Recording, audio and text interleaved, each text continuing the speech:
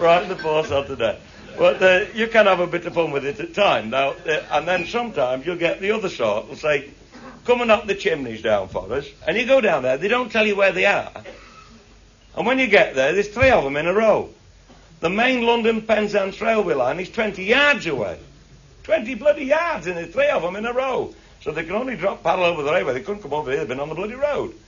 And I thought, well, this is going to be a bit dodgy. You have to get the worst one there, the other one on top of it, and the other bugger here. We mustn't have it on that railway line. They've only got an hour's closure at 7:30 on the Sunday morning. I thought, and if one goes through all those tellywag wires, there'd be going to be no communications with the southwest of England at all.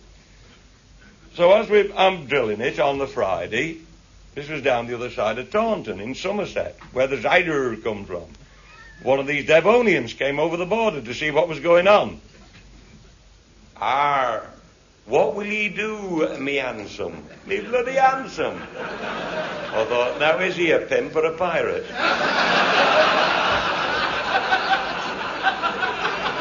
What will ye do, me handsome? I thought, I'm not going to fall out with this twat.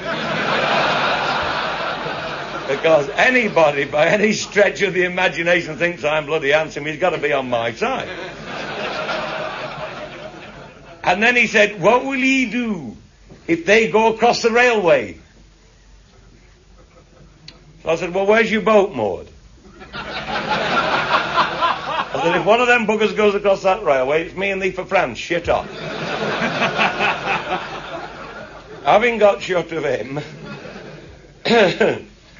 he buggers off, and I finished drilling them, and on the Saturday night I'm staying at a Beambridge Hotel on the A38. And I got to knock them down at 7:30 on the Sunday morning. But on the Saturday night, the landlord said, you want it on the phone?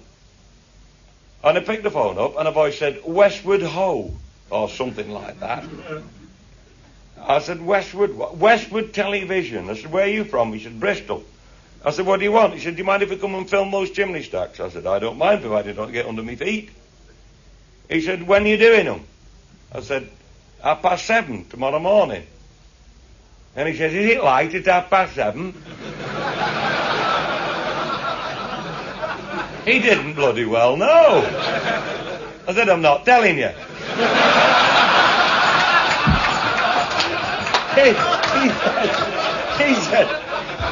He says, go on. I said, piss off. I said, you come here and find out like I'm bloody had to. So I've got to get up 3:30, put the bloody eggs by. I said, why don't you wet the bed and get up early once in a while? They're there at 7:15 with bloody big arc lights. It'd have been lights in 6 o'clock. They're buggering about there. And I noticed the works manager was looking extremely pensive. Actually, he was shitting a stick. He said, are you sure they'll be all right? I said, yes. I said, I'll tell you what I'll do. I'll knock the middle one down now, just to show there's no ill feeling. So I put a bit of fuse on, then they lit him. Boom! And the first middle one fell down. They played bloody hell up from the television because they hadn't got the cameras set up. I said, don't worry, chaps. I said, there's a chance one of the other 2 will go across the bloody railway, because that's all they've come for, you see. It's tragedy. Had them in the middle of Oldham, 209 feet high. Got to drop in half its own length across the bloody yard. A new factory here. Got to drop across there.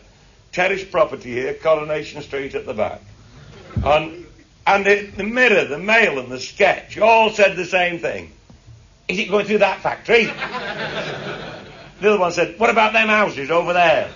And the other stupid bugger said, what about them at the back? I said, no chance, it's going in the corner. You know what they said? Don't think we'll bother stopping then. Yes, they did, and they all pissed off. I said, yes, and don't come back. But that's the sort of thing you get. Anyway, we finally got these chimneys down, and I saw the look of relief on this bloke's face. I said, by Christ, I said, you look worried? He said, I was. I said, why? He said, I won't tell you, he'll show you. He said, come in the office. And we go in the office, he's got a little projector there, and he's putting these pictures on the wall, little colour slides he's taken. He said, I took these pictures 18 months ago at our other works. He said, one of our directors got these 4 blokes here to come and blow our chimney stack up at the other works, and little chimney stuck up there, and there's a work. Thing was stuck up here, a little square one, about 140 foot. And they were drilling like fury. He said, look, he said, they're still drilling on the next one. They drilled 100 holes. all in the front and down the two sides. And it was like a bloody honeycomb. I said they didn't put explosive in all those bloody... He said they did. I said, tell me, how much? He said, £1 weight in every bloody hole. £100 weight in a little farting chimney. And they got all this cortex hanging out, looked like a telephone exchange. I said, well, what happened when they set it off? He said, I was lucky.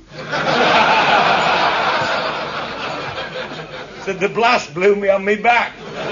He said, I got a lovely picture. He said, this is the next one coming up.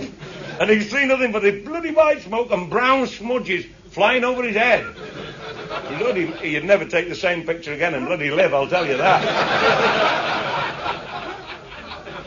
And instead of chopping a mouth out of it and dropping it down, he picked the bugger up bodily and chucked it on top of the work. Look. You're going to have your grub now. You're going to have your grub now, and we'll carry on again in a few minutes.